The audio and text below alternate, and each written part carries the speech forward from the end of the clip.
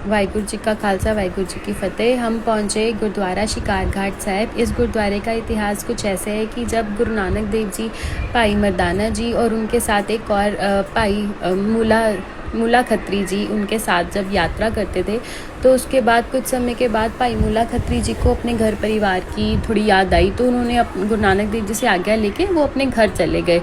और फिर कुछ सालों के बाद जब गुरु नानक देव जी और भाई मर्दाना जी जब उनके गांव के आगे से निकल रहे थे, तो गुरु नानक देव जी ने सोचा कि चलो हम उनसे मिलते हुए चलते हैं। तो गुरु नानक देव जी ने भाई मर्दाना जी को उनके घर पे भेजा कि जाओ आप उनको बता दो कि हम आए, हम उनसे मिलना चाहते हैं। उसके बाद उनकी फैमिली ने सोचा कि पहले भी जो है मूला खत्री जो है गुरु नानक देव जी के साथ चले गए थे, अपना घर परिवार सब कुछ छोड़ के कहीं दोबारा ना चले जाए, तो इस वजह से उनकी फैमिली ने उनको एक रूम में बंद कर दिया और कहा कि नहीं, वो घर पर नहीं है।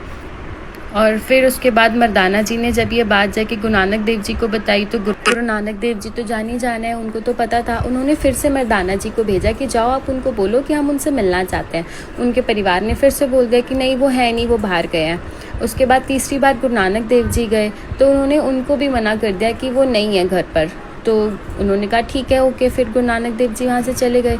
जब गुरु नानक देव जी थोड़ा सा आगे गए, तो इतने में जिस रूम में उनको लॉक किया था, जब उन्होंने देखा कि गुरु नानक की मूला खत्री को जब बाहर निकाला, तो उस रूम में उनको सांप ने काट लिया और ऑन द स्पॉट मूला खत्री की डेथ हो गई थी।